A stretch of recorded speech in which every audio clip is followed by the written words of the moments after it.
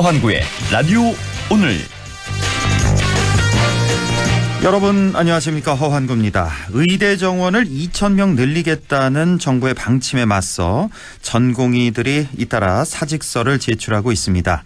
수도권뿐만 아니라 지역 대형 병원 전공의들도 가세하고 있는데요. 안동병원, 인천 길병원, 대전 성모병원과 을지병원에서도 사직서 제출이 계속되고 있습니다.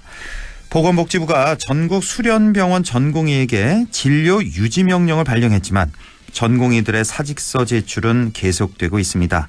전공의뿐 아니라 의대생들의 반발도 커지고 있는데요. 원광대에서 의대생 160여 명이 어제 집단으로 휴학기를 제출한 것으로 확인됐고요.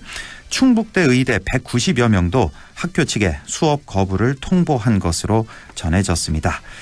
개원이들이 주축이 된 의사협회 비상대책위원회도 곧 투표를 통해 단체 행동 시작 시점을 정하기로 했는데요. 동네 의원들까지 가세하면 혼란은 더 커지겠습니다. 정부의 현명하고 신속한 대처가 필요한 때입니다. 2월 19일 월요일 라디오 오늘 광고 듣고 시작합니다.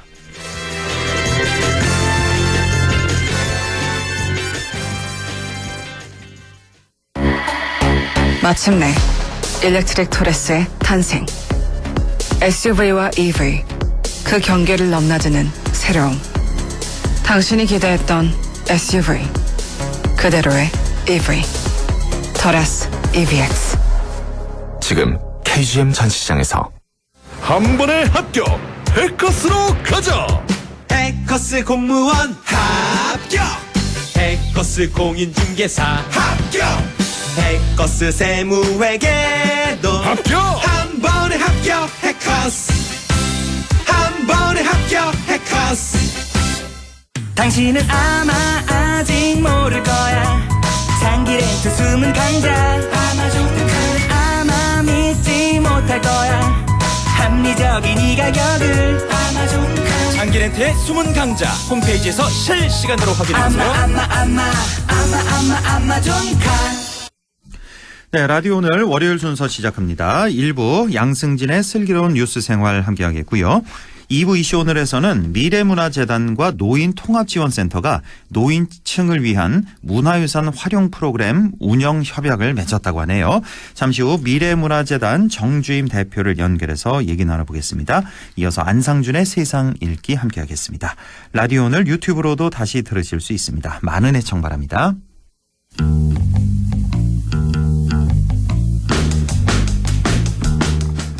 네, 양승진의 슬기로운 뉴스 생활 시작합니다. 오늘도 매일신문 양승진 기자와 함께합니다. 연결해보죠. 안녕하십니까? 네, 안녕하세요. 네, 지난주까지 영남일보 양승진 기자로 소개를 해드렸는데 네네. 매일신문을 이직을 하셨는데 뭐 이유를 좀 여쭤봐도 될까요? 네. 다 이유가 있지 않겠습니까? 뭐 고액의 계약금을 받고 뭐 스카우트 됐다거나 더 열심히 한번 해보기 위한 예. 개인적인 그 정도로 하겠습니다. 예, 오늘부터 이제 매일신문 양승진 기자와 함께 하겠습니다. 네네. 자, 오늘 소식인데요. 우리 북부권 지역은 산업화 시기부터 지역 내 변변한 산업 기반이 조성되지 못하는 등 사실상 산업화의 외면을 받은 지역이죠. 그 결과 지금도 여전히 1차 산업이 지역 산업의 근간을 이루고 있고요. 또 인구 감소, 또 소멸 위기 상황에 놓여 있는 게 현실이 되겠습니다. 이 같은 상황에서 경북 북부권에 영상 콘텐츠 클러스터를 조성하는 안이 본격 추진됩니다. K 콘텐츠의 세계적 대흥행 속에서 북부권 시군 곳곳을 영화와 드라마 촬영지로 활용하겠다는 보관인데요. 오늘 이와 관련된 얘기 준비하셨다고요?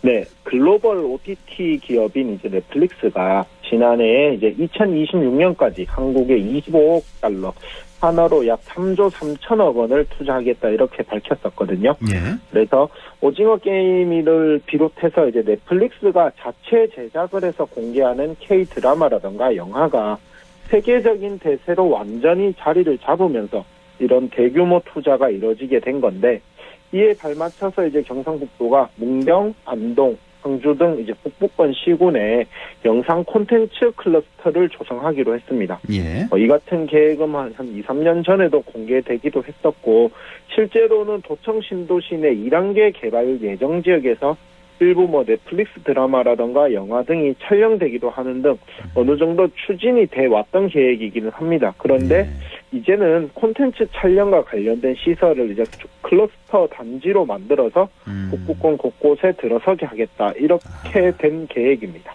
그렇군요. 북부권에 3개씩은 그러니까 안동, 문경, 상주에 드라마, 영화를 촬영할 수 있는 시설, 영상 콘텐츠 클러스터를 조성할 계획이다라는 네네. 소식인데요. 자, 문득 우리 지역에서 어떤 작품들이 그동안 촬영이 됐었는지 이것도 좀 짚어주실까요? 네, 최근에 촬영된 작품을 기준으로 하면 지난해 이제 시청률 10% 초반대를 꾸준히 기록했던 드라마 악기가 있습니다. 예. 그 드라마 속 주요 배경이 되는 하원제가 이제 안동 와룡면에 위치해 있는 군자마을이고요. 이게 주 배경이었는데 예. 그리고 이 군자마을에서는 악귀 외에도 2012년쯤에 이제 913만 명이 관람한 영화 감상의 촬영지기도 합니다. 예. 안동에서 이제 또 촬영된 최근 작품으로는 OTT에서 큰 인기를 지금도 계속 얻고 있는 나는 솔로 이제 16기 편이 안동에서 촬영되기도 했었고요. 예. 그리고 상주에서는 드라마 이제 이상한 변호사 우영우로도 잘 알려져 있는 박은빈 배우가 주연을 한 무인도의 디바가 촬영이 됐습니다. 네. 그리고 최근 방영되고 있는 KBS 대하 사극인 고려 거란 전쟁은 문경, 안동, 예천 등에서 촬영이 되고 있고요. 예. 또 문경과 안동에서 각각 촬영이 됐던 외계인 1부, 2부는 극장가에서 상영이 되기도 했습니다. 예. 또 지난해가 아니고 2022년 연말쯤에 이제 신도시 2단계 개발 예정 구역에서 촬영이 됐었던 넷플릭스 오리지널 시리즈인 택배 기사도 빼놓을 수는 없을 것 같습니다. 그렇군요. 이게 말씀을 쭉 듣고 보니까 참 많은 작품들이 우리 지역에서 네. 촬영이 됐다라는 걸 알 수가 있는데 그 신도시 2단계 개발 예정 구역 그 택배 기사라고요? 여기서 촬영된? 예. 이건 아직 방영이 안 된 거죠? 아니요, 이게 작년 5월쯤에 방영이 됐던 걸로 제가 공개가 됐던 걸로 기억을 하는데 그렇습니까? 예. 생각보다 많은 흥행을 하지는 못했습니다. 그렇게 사랑을 받지 못했던. 네. 예. 신도시 개발 예정 구역에서도 촬영이 이렇게 됐었네요. 예. 자, 이렇게 글로벌 영화 드라마 시장에서 이른바 K 콘텐츠가 큰 인기를 얻고 있고요. 이 콘텐츠들이 지역에서 많이 촬영되고 있는데 이 효과가 우리 지역의 유무형적 가치를 창출할 수 있도록 하는 것, 이게 중요한 거 아니겠습니까? 네, 그간 어떤 작품들이 지역에서 촬영됐는지를 이제 고려를 해서 네. 각 지자체마다 특색 있는 맞춤형 전략을 수립을 해서 더 많은 작품이 이제 지역에서 제작될 수 있도록 유입을 이끌어내는 게 가장 중요하거든요. 예. 그 문경의 경우에는 이제 2000년대 초반부터 해서 문경 세제에 조성된 사극 세트장으로 인해서 일찌감치 사극 촬영 명소로 각광을 받아왔습니다. 그렇죠. 하지만 이제 시설 노후화 등을 피할 수는 없고 또 늘어나는 작품 제작 수요가 계속 늘어나고 있거든요. 그래서 이제 경상북도는 앞으로 이제 문경 세제를 비롯해서 문경에는 야외 세트장 3곳을 이제 추가로 재단장을 하기로 했고요. 예. 그리고 문경에 이제 시간과 장소에 구애받지 않고 영화나 드라마 촬영이 가능한 버추얼 스튜디오를 이제 구축할 계획인데 이 버추얼 스튜디오라는 게 가상 배경이 실시간으로 구현되는 특수효과 촬영장으로 이제 과거 시멘트 공장이었던 옛 쌍용양의 부지에 이제 들어서게 됩니다. 예, 이 소식 전한 적이 있네요. 예. 네. 예. 쌍용양의 부지는 제가 앞에서 전해드렸던 영화 외계인 1부, 2부에도 등장하는 곳이기도 하고요. 예. 버추얼 스튜디오가 들어서게 되면 미디어 산업의 중소기업이라든가 혹은 스타트업 기업 등이 활용이 가능할 것으로 기대가 되는데 이미 또 쌍용양의 부지에는 실내 스튜디오 구축도 이제 추진을 하고 있습니다. 예. 자, 이렇게 문경이 상당히 좀 앞서가고 있고요. 이미 2000년대 초반부터 문경 세제 또 세트장이 이렇게 사랑을 많이 받고 있고, 자, 상주와 안동에도 시설 보강 등이 좀 필요해 보일 것 같은데요. 최근에 드라마, 영화와 같은 콘텐츠 제작 업계 선호도를 보면 대형 스튜디오를 이제 선호를 하는 게 추세라고 하거든요. 예. 그래서 이런 업계 트렌드를 반영을 해서 상주에는 유명 관광지인 경천지 인근에 이제 3,300제곱미터 규모로 대형 실내 스튜디오와 크로마키형 야외 스튜디오가 이제 건설됩니다. 경천대 인근에요. 네네. 3,300제곱미터면은 한 1,000평 정도 그렇죠. 되는 거네요. 수준으로 예, 예. 해서 이 크로마키라는 게 화면 합성 등의 특수 효과를 나타내기 위해서 이용되는 배경이거든요. 예. 그래서 뭐 시공간의 제약 없이 다양한 배경의 콘텐츠를 촬영을 할 수 있게 될 것 같습니다. 그리고 이 외에도 이제 상주에는 콘텐츠 제작과 관련해서 배우나 뭐 제작자들, 뭐 스태프 등이 머물 수 있는 숙박 시설도 이제 조성이 될 예정이고요. 예. 안동에는 이제 안동경찰서가 이제 이전을 했기 때문에 예. 그 옛날 안동경찰서 청사를 예. 뭐 관공서를 테마로 한 촬영지로 활용할 수 있는 계획도 수립해 둔 상태입니다. 지금 옛 안동 경찰서 그 부지 청사를 예. 저거 이제 뭐 하려나 맨날 지나다니면서 이제 생각을 하는데 이걸 촬영지로 활용할 계획도 있다고요. 그 한국 영화에서 왜 경찰을 빼놓을 수 없는 소재이기 때문에 그렇죠. 예. 예. 충분히 이제 이 안동경찰서 청사를 뭐 리모델링을 해서 이제 영화나 드라마 제작이 가능한 공간으로 활용을 하게 된다면 예. 뭐 원도심에 뭐 새로운 활력을 불어넣을 수 있지 않을까 뭐 이런 기대도 하게 되고요. 그렇겠네요. 그 외에도 이제 영상 미디어 콘텐츠를 전문적으로 제작할 수 있는 인력을 양성하기 위해서 안동대학교하고 연계를 해서 뭐 영상 관련 학과라던가 영상 아카데미 과정도 이제 개설될 예정입니다. 그렇군요. 이렇게 상주 안동에도 여러 가지 계획들이 있다는 거 말씀을 해주셨고, 자, 드라마나 영화 등 콘텐츠가 지역에서 촬영이 되면 지역은 어떠한 경제적 효과를 누릴 수 있을까요? 영화 한 편을 기준으로 했을 때 1회분을 촬영할 때마다 통상적으로 움직이는 스태프가 뭐 최소 80명에서 많게는 한 200여 명 정도 된다 그러거든요. 예. 그 신도시 2단계 개발 예정 지역에서 이제 촬영이 돼서 올 하반기에 공개될 예정인 넷플릭스 오리지널 시리즈인 이제 폭삭 소가수다라는 작품이 있는데 이 작품은 지역에서 한 30회 이상 촬영이 됐습니다. 예. 그래서 연인원 6,000명 정도가 안동에서 머물며 숙식을 해결했다고 하거든요. 그래서 이거 바꿔 이야기를 하면 이 작품 하나를 통해서 6,000명이 넘는 관광객 유입 효과를 누렸다. 이렇게도 해석할 수 있을 것 같습니다. 1회분 촬영할 때마다 네네. 한 80에서 200명 정도? 예. 그렇게 잡는 거군요. 네. 근데 도청 신도시 2단계 개발 예정 지역에서 아까 그 택배기사 방영이 됐다 그랬고 폭삭 소가수다 이건 이제 방영 예정이고요. 네네. 촬영이 2번이나 됐군요, 여기서. 이게 신도시 이제 개발 예정 지역 같은 경우에는 이게 빈 공터로 돼 있는 게 많기 때문에 그렇죠. 예. 뭐 CG라던가 합성이라던가 이런 걸 하는데 좀 용이하거든요.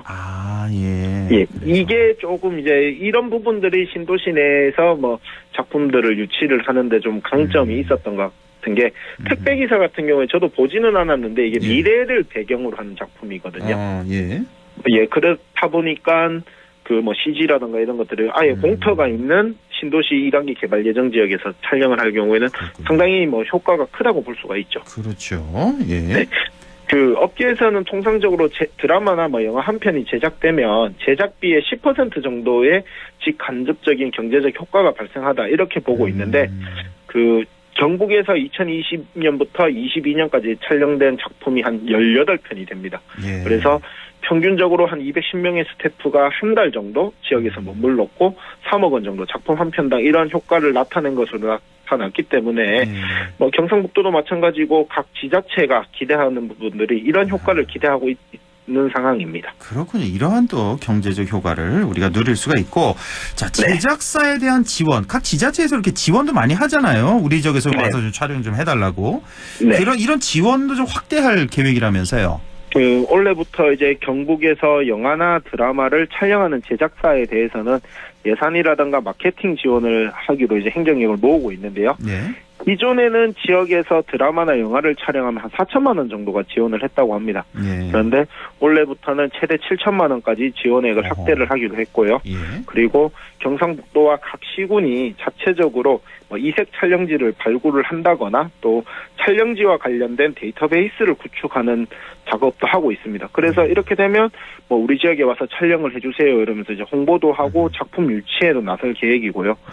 이거 외에도 이제 인기 작품이 뭐 흥행을 하게 된다면 테마거리라던가 뭐 출연 배우의 핸드프리팅, 로드숍과 같은 것들도 이제 조성을 해서 이 작품 하나로 관련된 뭐 콘텐츠를 만들고 국내외 관광객의 유입도 이끌어낼 계획입니다. 그렇군요. 오늘 전해준 얘기만 들어보면 K 콘텐츠가 각광받는 상황에서 계획대로 잘 추진된다면 지역 발전에 큰 기여를 할 것으로 기대는 되는데, 하지만 무엇보다 중요한 게 이게 지속 가능한 발전으로 이어질 것이냐, 이거 아니겠습니까? 여기에 대한 전략 마련도 좀 중요해 보이는데요.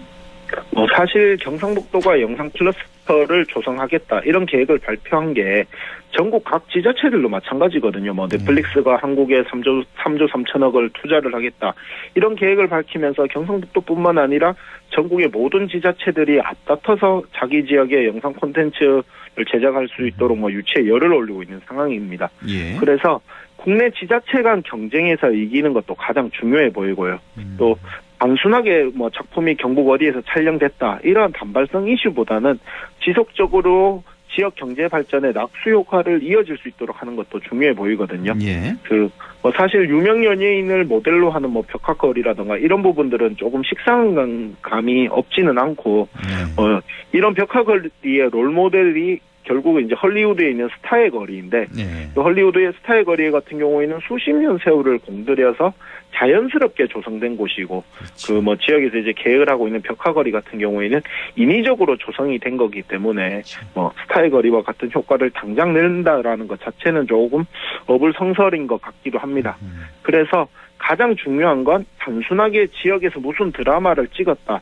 이 단순하게 드라마를 찍었다를 넘어설 수 있는 무언가가 될 것 같습니다. 결국은 외부 자본이 유입됐을 때 우리 지역 발전을 위한 도구로 활용할 수 있어야 된다. 이런 의견인 것 같네요.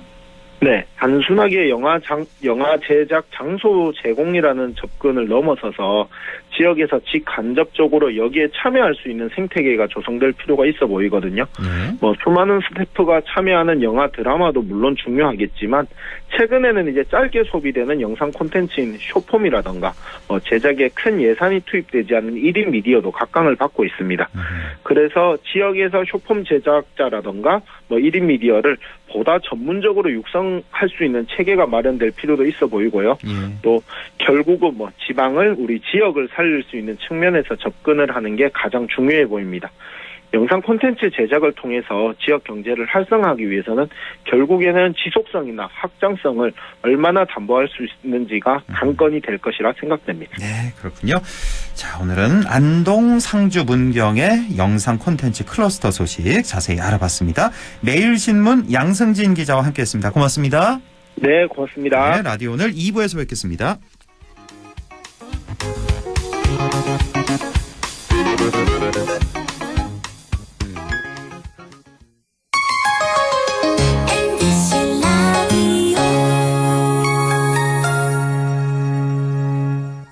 나에게 딱 맞는 대학, 나에게 꼭 맞춘 대학.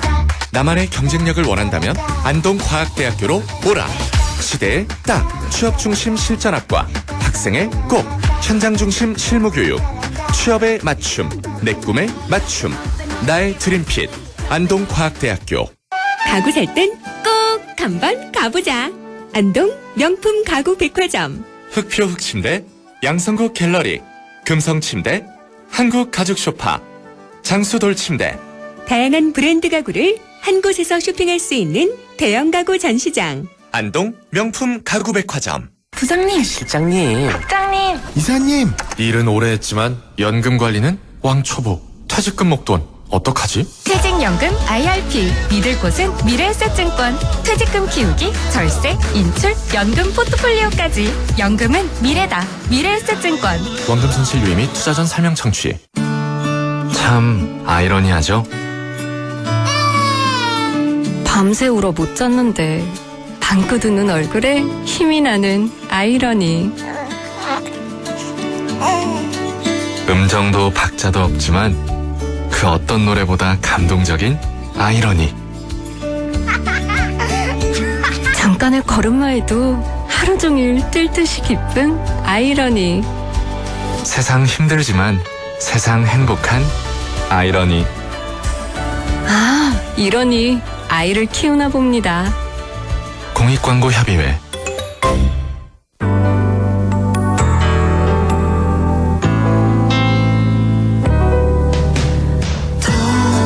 어려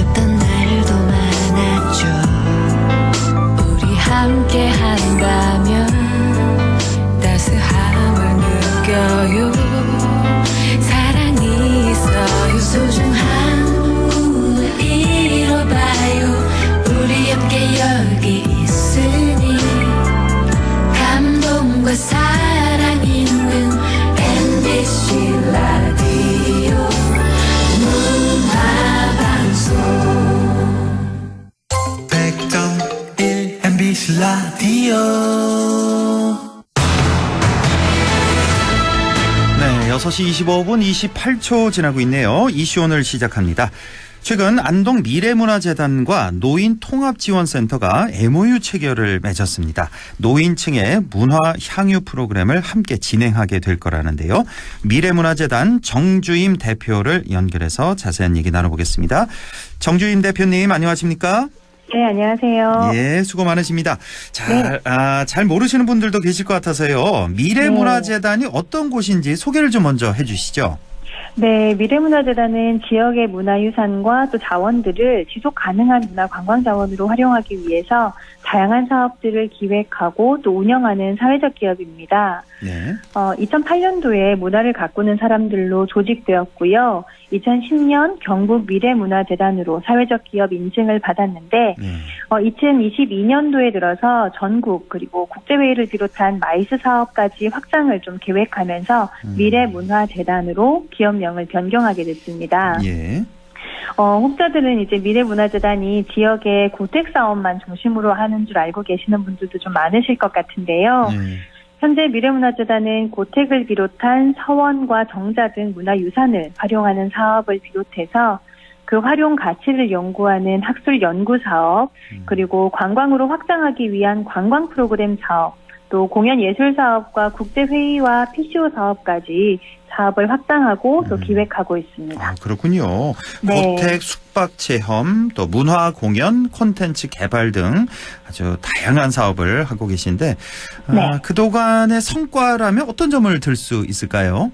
네, 우선 고택과 문화유산의 활용에 목적을 두고 또 미래 세대에게 전달하기 위한 그런 사회적 가치와 목적을 실현하는 조직으로 문화재 분야 첫 번째 사회적 기업이라고 말씀드리고 싶은데요. 네.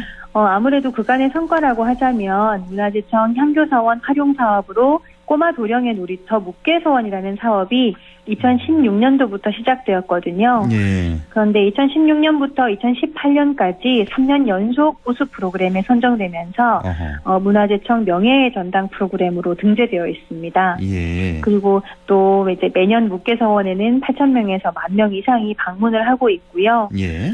또 저희가 체류형 관광 상품의 일환으로 공연 관광 상품인 하이마스크라는 공연을 기획해서 2015년부터 2022년까지 유료 그리고 정례 공연을 또 지역 최초로 시도해서 운영을 한 사례가 있습니다. 예.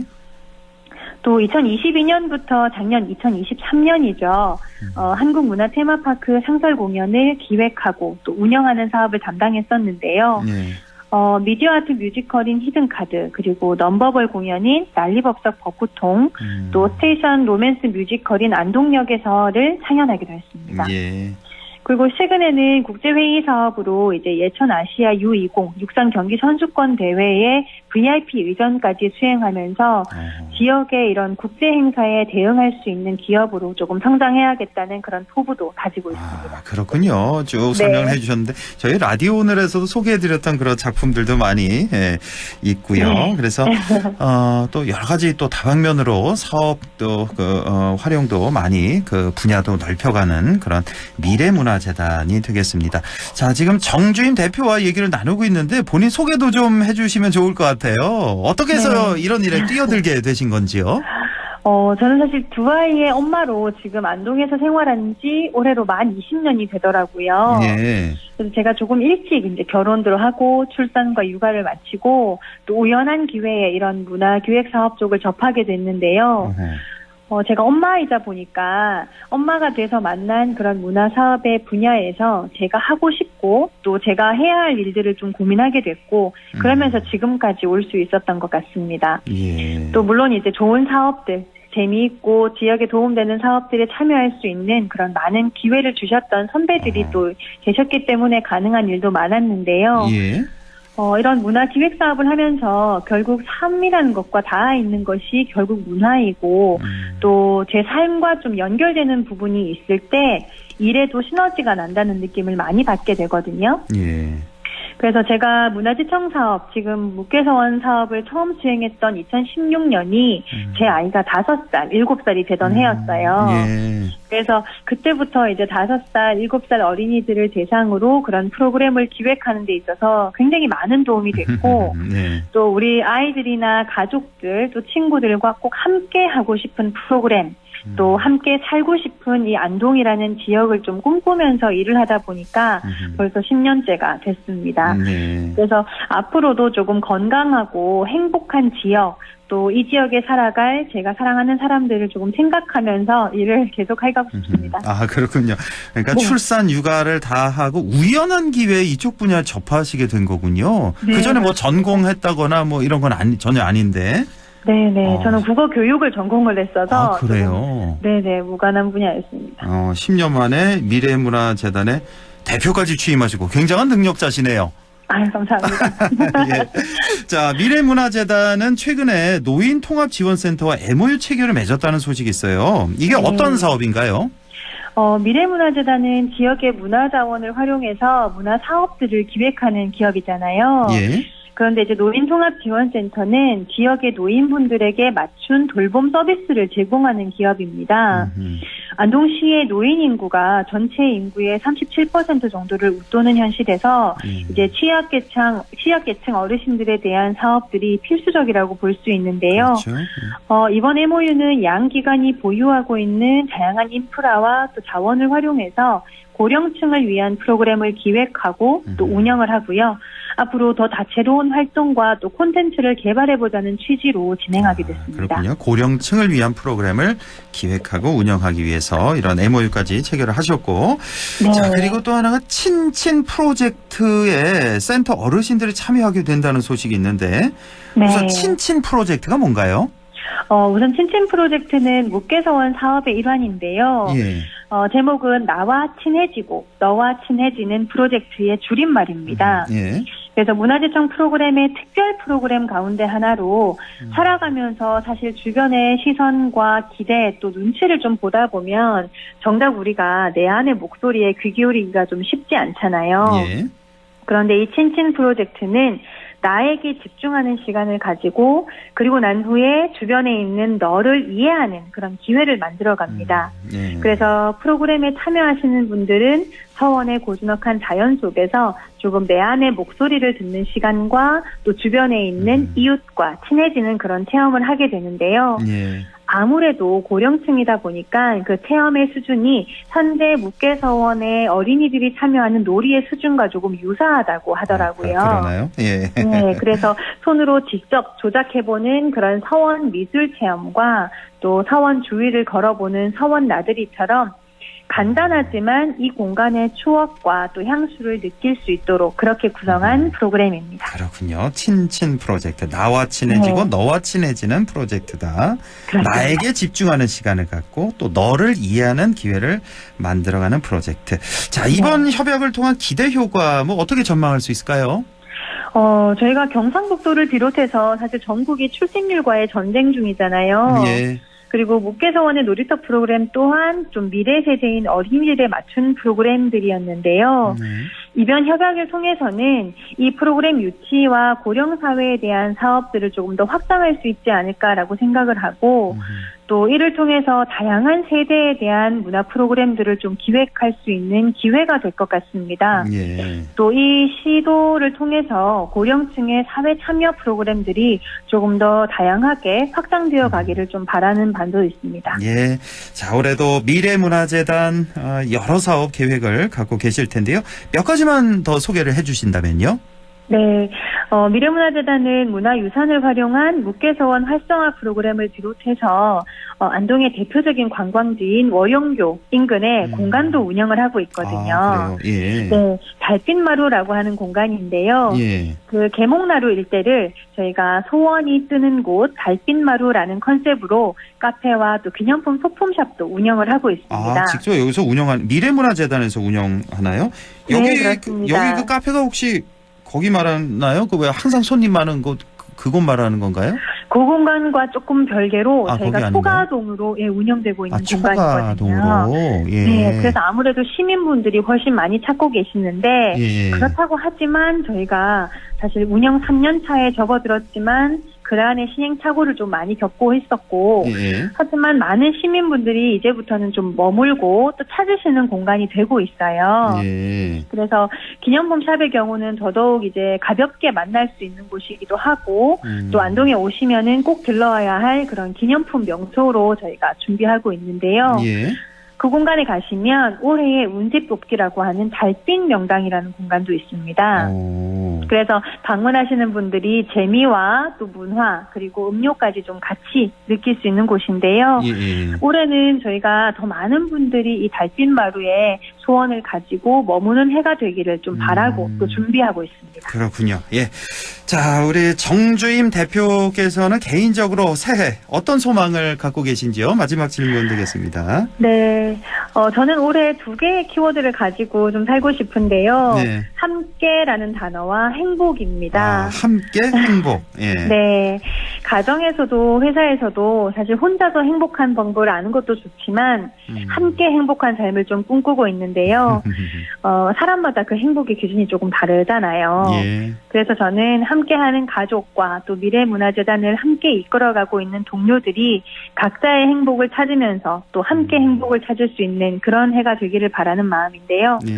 또 물론 그러기 위해서는 일도 삶도 또 건강이 우선이 되어야 하기 때문에 올해 건강도 챙기면서 또 문화가 있는 삶 속에서 또 여러분들을 만나서 같이 행복한 해를 꿈꿔보겠습니다. 예, 함께 행복이라는 2개 키워드 반드시 이루어질 겁니다. 함께라고 하니까 이제 또 두 아이 엄마라고 하셨으니까 아이들이 네. 지금 또 많이 컸겠네요. 그러면 지금 네, 그렇습니다. 벌써 중학교 2학년, 초등학교 6학년이 됐거든요. 그렇군요. 예, 아이들과 함께 아주 행복한 한 해가 되시길 저도 기원하겠습니다. 예, 오늘 말씀 네, 고맙습니다. 감사합니다. 네, 고맙습니다. 네, 지금까지 미래문화재단 정주임 대표와 함께했습니다. 라디오 오늘에서는 청취자 여러분의 참여를 기다리고 있습니다. 우리 지역에서 발생한 사건 사고 소식이나 함께 토론하고 싶은 내용을 안동 MBC 홈페이지 라디오 오늘 게시판에 올려주시기 바랍니다. 전화와 문자 참여도 하실 수 있습니다. 전화는 851국에 7191번, 문자는 샵 0913번으로 보내주시면 됩니다. 문자는 단문 50원, 장문 100원의 정보 이용료가 있습니다. 여러분의 많은 참여 바랍니다.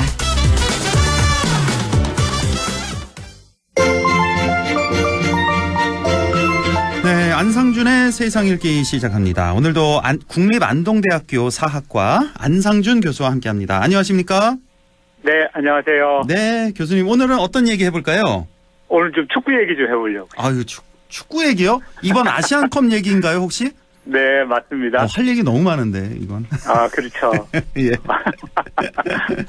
그 2월 7일 날 이제 한국 대표팀이 요르단전에서 지면서 이제 아쉬움을 많이 남겼죠. 네. 그래서 이제 이른바 황금 세대, 뭐 손흥민, 김민재, 이강인 등 뭐 유럽 일부 리그에서 뛰는 선수들을 앞세워서 이제 우승을 노렸는데 네. 이제 좀 아쉽게 됐습니다. 근데 그 끝나고 나서 이제 한국 축구 왜 이러냐 문제도 많고 여러 가지 무성한 소문들이 나와서 너무나 안타까운데 오늘 그 문제 한번 다뤄보죠. 아, 예. 논란의 중심 처음에 이제 클린스만이었다가 이제 그 중심이 이제 이강인, 그렇죠. 손흥민 이쪽으로 좀 옮겨갔는데. 예. 네. 자, 이번 아시안컵 사실은 많은 축구 팬들 굉장히 좀 기대가 많았던. 왜냐하면 이제 멤버가 역대 최고이기 때문에 그렇죠. 손흥민, 네. 이강인부터 해서 황희찬, 김민재까지 네. 유럽에서 통하는 그런 그 선수들이 많았기 때문에 우승 이번엔 꼭 이룰 수 있지 않을까 이런 기대가 상당히 많았는데. 이번만큼 이렇게 아시안컵이 관심을 많이 받았던 적은 없었던 것 같아요. 제 기억에도. 그렇습니다. 예. 저는 아시안컵이라는 게 있는 걸 이번에 처음 알았어요. 제가 어느 정도 이제 축구를 좀 이렇게 보기도 하고 스포츠를 좀 자주 보여서 웬만큼 이제 이게 스포츠 동향은 알고 있는데 아시안컵은 처음 봤어요. 아, 그래요? 근데 너무 이상한 게 저 교수 동료들도 이거 밤새고 이걸 보는 거예요. 보통 그래요. 우리 아저씨들 보통 다 그래요. 그거 왜 보냐고. 그랬더니, 재밌다는 거예요. 그럴 리가 있냐고. 그래서 제가 아시안컵을 이렇게 봤더니, 뭐 이렇게 아시아 지역을 하는 건데, 아마 월드컵을 빼놓고 나면 가장 좀 큰 대회인 것 같아요. 그렇죠. 월드컵, 올림픽, 아시안컵. 사실 아시아 축구 수준이라는 게 대륙을 놓고 보면은 최하위잖아요. 그렇죠. 예. 네. 그래서 전 너무 의아했고, 올해 이제 작년 월드컵 끝났고, 올해 올림픽이 있기 때문에 축구 이벤트는 별로 없을 거라고 이제 했는데, 갑자기 이제 이게 뜨면서, 굉장히 언론에서도 뜨겁게 다뤄주고, 저는 근데 가만히 생각해 보니까, 이렇게 수준 낮은 경기를 그냥 단지 국가대항전이라고 해서, 그렇게 열심히 응원을 해야 되느냐, 그리고 죽일 놈 살릴 놈 이럴 일이냐, 그렇게 생각이 들어서 이게 한국 축구가 이게 민족주의적 강박관념이 축구를 통해서 너무 많이 투영된 거 아닌가, 그런 생각이 들고요. 그렇게도 볼 수 그런데 있겠네요. 이런 문화가 저는 정상이라고 생각하지는 않아요. 그래서 이제 늘 이런 거 볼 때마다 K리그를 우리는 한번 다시 되돌아보고 어떻게 정상화하고 좀 뭐랄까 발전적으로 이끌어야 갈지 그걸 좀 한번 생각해 봐야 될 것 같습니다. 그렇군요. 사실 이번 아시안컵 얘기할 때는 이제 일단은 클린스만 감독 얘기를 안 할 수가 없어서. 그렇죠. 처음부터 첫 경기 바레인전이었나요? 제가 갑자기 생각이 났는데 3대1로 첫 경기 이길 때 이때도 그렇게 경기 내용은 좋지 않았는데 뭐 첫 경기니까 그렇겠지. 앞으로는 좋아지겠지 했는데 점점 경기력이 안 좋아지고 거기서 이제 클린스만 감독 경기 내용이 이렇게 안 좋았는데도 방글방글 웃고 있고 이런 모습에서 다른 팀들 경기하는 거 구경하듯이 그러고 있고. 그렇죠. 남미를 하듯이. 그렇습니다. 그래서 참 너무 답답했는데 이 클린스만 감독의 리더십이 우리 교수님은 어떻게 보셨어요? 저는 제가 축구인이 아니기 때문에 이 클린스만이라는 감독의 역량에 대해서 잘은 몰라요. 근데 제가 유학 시절에 클린스만이 현역으로 뛰는 걸 많이 봤어요. 참 그때 독일 유학 하실 때인가요? 그렇죠. 클린스만. 그때는 이제 조금 이제 선수 생활을 많이 했을 때인데 여전히 국가대표팀으로 뛰기도 하고 바이에른 뮌헨에서 아주 잘하는 선수로 알려져 있었고 막 그랬을 때예요.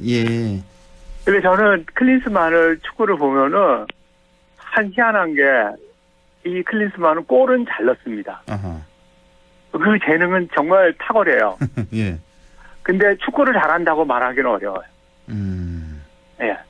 그래서 제가 이제 예를 들면은 클린스만하고 거의 비슷한 선수가 최근에 이제 은퇴했던 클로제라는 선수예요. 클로제, 기억납니다. 이 선수는 경기 내내 잘 안 보이는데 골은 기가 막히게 넣습니다. 이런 선수들이 있어요. 맞습니다. 그래서 우리가 보통 이제 경기를 이렇게 주도하는 메시나 흠바페 같은 선수와 비교해서 클로제를 높이 평가하지 않잖아요. 그렇죠.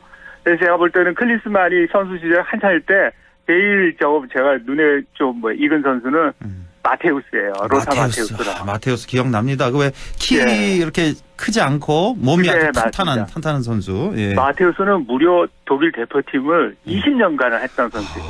그래요. 정말 성실하고 전 경기를 다 소화해내고 하는데 이 선수가 경기 뛰는 거 보면 경기를 읽을 줄 알고 경기를 주도를 합니다. 그런 측면에서 보면은 클린스만은 오는 그 골들을 골문 앞에서 처리하는 능력은 뛰어나지만 경기 전체를 읽는 그런 그 능력은 제가 볼 때는 높지 않았는데 이번에 클린스만 평가에서 제일 큰 문제는 전략 부재잖아요. 그래서 결국 이제 축구를 읽는 능력이 다른 그 감독들에 비해서 떨어진다는 생각이 저는 들고 그래서 이제 경기 내내 이 무능한 리더십 그리고 그 선수들이 세계적으로 이렇게 딱 도입적으로 움직이지 못했던 것들은 그 전략 부재의 가장 큰 원인이 있다고 봅니다. 그렇군요. 어쨌든 이 클린스만 감독 골잡이 최전방 스트라이커 이제 골만 넣는 그런 선수다 보니까 포지션이 경기 전체를 다 읽는 능력이 좀 떨어질 수도 있겠다. 그러니까 제가 보기에도 감독은 저 수비수나 미드필더 출신이 오히려 경기 전체적으로는 더 잘 읽지 않나 저도 그런 생각을 좀 하면서 이번에 봤는데. 그렇습니다. 예. 그래서 이제 선수이면서 월드컵 우승하고 감독으로서 우승했던 사람이 얼마 전 타계한 베켄바우어잖아요. 네, 예. 그 베켄바우어가 경기하는 모습을 보면은 정말 경기장을 굉장히 두루두루 크게 쓰면서 자기 팀을 다 끌고 가는 듯한 그런 느낌을 받거든요. 그렇군요. 예. 알겠습니다. 자, 그리고 이 다릅니다. 그런 클린스만이 원래 이런 감독이다라는 게 그동안 좀 증명이 됐었잖아요. 다른 나라 감독을 하면서. 그렇죠. 네, 그래서 그런 클린스만 감독을 왜 우리 축구 국가대표팀 감독을 선임했을까? 그 과정에 문제가 있는 거 아니냐? 그 정몽규 그 대한축구협회 회장 뭐 있는 거 아니냐? 이런 의혹이 계속 제기가 됐잖아요. 네. 예. 어떻게 저 보십니까? 사실 작년 초에 이게 클린스만 감독으로 선임됐다 그랬을 때 좀 고개를 갸웃했어요. 그 양반이 잘할 수 있을까? 그러니까요. 한국도 잘 모르는 데다가 그 양반이 갑자기 나타나가지고 한국 선수들을 잘 통제하고 잘 이끌어갈 수 있을까? 네. 그런데 어떻게 됐는지 모르다가 관심이 없으니까요. 이번 이제 대회를 통해서 뭐 이런저런 말들이 불거지면서 이렇게 찾아보니까 결국은 축구협회 회장인 정명규 씨가 이제 낙점한 그런 인사였다라는 게 이제 드러나면서 굉장히 지금 크게 문제가 되고 오늘 어느 신문에 보니까 이제 수사까지 받게 돼 있더라고요. 이분이? 그렇죠. 고발 당했죠? 네. 그래서 뭐 그 고발한 그 주체들은 클린스만까지도 뭐 고발하겠다 뭐 이런 식으로 나오는데 그건 가능할지 모르겠는데 어쨌든 제가 이걸 보면서 정몽규 씨가 어떤 권한으로 클린스만이라는 검증되지 않은 사람을 한국 대표팀에 그 많은 돈을 주고 데려왔는가. 이게 사실은 문제인데요. 지난 수십 년 동안 현대가의 통제력에서 한국 축구는 벗어나지 못했어요. 그렇죠. 예. 정몽이로 시작되는 그분들이 알죠. 맞습니다. 정몽준 축구협회 회장도 오랫동안 했고 했었죠. 그 뒤를 이어서 또 정몽규 씨가 하고. 근데 이분들이 재정적으로 지원해서 한국 축구가 이만큼 간 것도 사실이에요. 그리고 그 덕분에 2002년 월드컵도 공동 유치를 하고 치렀고 4강 시달을 냈고 이런 업적들을 분명히 있는데 그 이면에 사실 2002년 월드컵 이후에 한국 축구가 얼만큼 발전했는가 따져보면 냉정하게 따져보면은 유럽 리그에 뛰는 선수들이 이렇게 배출한 거 말고는 국내 축구가 성장했다고 보기는 어려워요. 그렇죠. 대표팀이. 보면. 오히려 후퇴하는 거 아닌가 하는 우려가 드는데 제가 이런 문제의식을 가지면서 좀 눈여겨보는 게 손흥민 선수의 아버지 손흥정 씨가 아주 솔직한 얘기를 자주 하시죠. 들었습니다. 한국 축구는 근본적으로 바뀌어야 된다. 저는 전적으로 동의하고요. 실제로 저는 좀 이렇게 못된 생각을 하면은 한국 축구는 한번 월드컵 예선에서 떨어져야 돼요. 그래서 그 충격으로 다시 정말 제로 베이스에서 다시 시작하는 그런 계기가 아마 한국 축구를 살릴 겁니다. 26년이죠. 북중미 월드컵. 또 이제 예선 2차 예선인가 이제 곧 다시 열리는 걸로 알고 맞습니다. 있는데 여기서 차라리 한번 떨어져야 된다. 탈락해야 된다. 이 얘기군요. 그러니까 다시 도약하려면은 우리가 정신을 차려야 되니까요. 그래서 국민들이 여러 가지 성화를 해서 지금 이 상황을 고치지 않으면 안 되도록 하려면 월드컵에 출전하면 안 돼요. 우리가 지금 몇 회 연속 10회 연속 갔죠. 10회인가요? 네. 10회 연속 이미 1986년부터 멕시코 월드컵부터 계속해서 지금 갔어요. 지금 10회 연속이고 이제 11회 이쯤에서 한번 탈락해야 정신 차린다. 그러니까 쓴소리 하시는 겁니다. 물론 뭐 올라가면 좋지만. 그리고 보니까 그 손흥민 씨 아버지 손흥정 씨가 왜 이번 아시안컵 대회 기간 중에 그 얘기했잖아요. 우리 팀 우승하면 안 된다고. 이거 똑같은 맥락 아닙니까? 그래야 그렇죠. 이 우리나라 축구의 문제 심각성 이걸 제대로 알아야 된다 그러면서 그 얘기 했잖아요. 그 발언이 또 생각이 나네요. 같은 맥락의 또 그런 말씀이셨고. 자, 지난 그 준결승전 그 요르단과의 경기 그 2대0 패배한 사실은 뭐 스코어는 2대0이지만 우리가 4대0, 5대0 져도 할 말 없는 그런 게임 내용이었습니다, 정말. 예. 네. 예, 우리가 운이 좀 많이 따라서 그랬지. 근데 그 경기 이후에 갑자기 손흥민, 이강인 선수 다툼이 또 크게 보도가 됐어요. 그렇죠. 예, 이건 또 어떻게 보셨어요?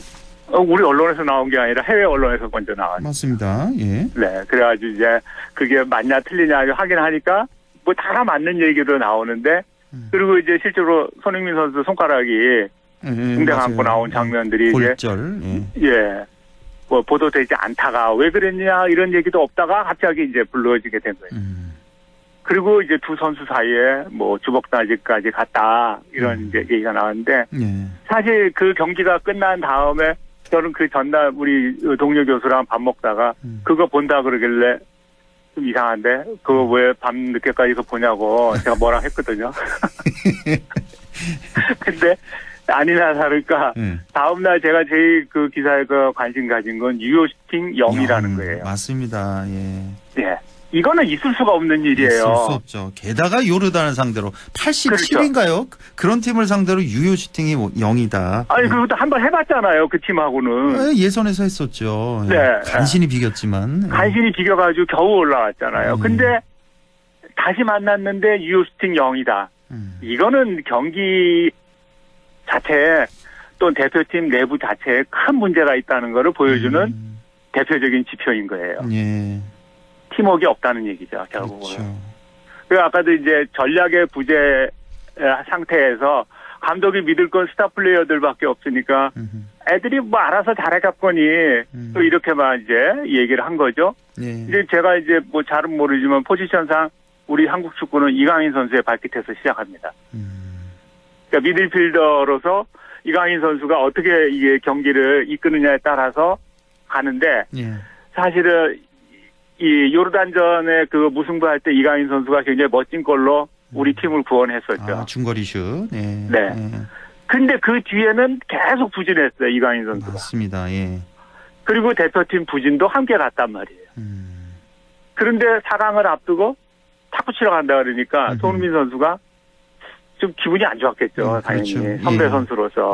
그리고 뭐라고 했는데 발끈하고 이제 선배한테 대등골이 됐는데 저는 이런 모습이 총체적인 난국을 그대로 드러낸 거라고 저는 봅니다. 그렇죠. 그리고 또 한 가지 이 선수들이 우리는 국가대표로만 생각을 하는데 이 선수들은 유럽 최상위 리그에서 뛰는 프로 선수예요. 그리고 손흥민 선수와 이강인 선수는 어린 시절부터 유럽에서 성장을 했어요. 그렇죠. 예. 그리고 그들에게 이 애국심을 강요하는 거는 제가 볼 때는 무리한 것 같고 그 한국 축구를 그들의 어깨에 기대는 거는 제가 마치 저는 교수로서 이렇게 비교를 하고 싶어요. 한국계 하버드대학 교수한테 한국의 대학 문제를 해결해달라고 보채는 것 같아요. 네. 안 된단 말이에요. 그분이 한국에서 아무리 높은 실력을 가지고 갔지만 미국에서 생활을 하는 분이에요. 그렇죠. 예. 네. 그래서 저는 그들을 프로답게 인정을 해주고 그들은 돈을 위해서 뛰는 선수이고 대표팀 경력도 그의 목적에 부합하기 때문에 열심히 하는 거라고 봅니다. 알겠습니다. 한 30초 정도 남았는데요. 오늘 결론 말씀 부탁드릴게요. 클린스만 감독의 문제로 인해 가지고 이제 한국 축구의 문제점들이 총체적으로 드러났는데 이제 축구협회는 거의 뭐 100억 원에 가까운 위약금을 물어야 된다고 알려져 있습니다. 상당히 큰 비용인데 이 비용을 치르더라도 한국 축구는 대수술을 받아야 되는데 물론 전제는 정몽규를 비롯한 적폐가 퇴진하는 게 첫 번째 수순입니다. 그렇지 않으면은 한국 축구는 100년 하청에 그런 세월을 또 보내야 될 겁니다. 알겠습니다. 오늘 사실 시간만 더 많았으면 할 얘기 많은데 오늘 여기서 마무리하겠습니다. 국립안동대학교 사학과 안상준 교수였습니다. 고맙습니다. 네, 안녕히 계세요.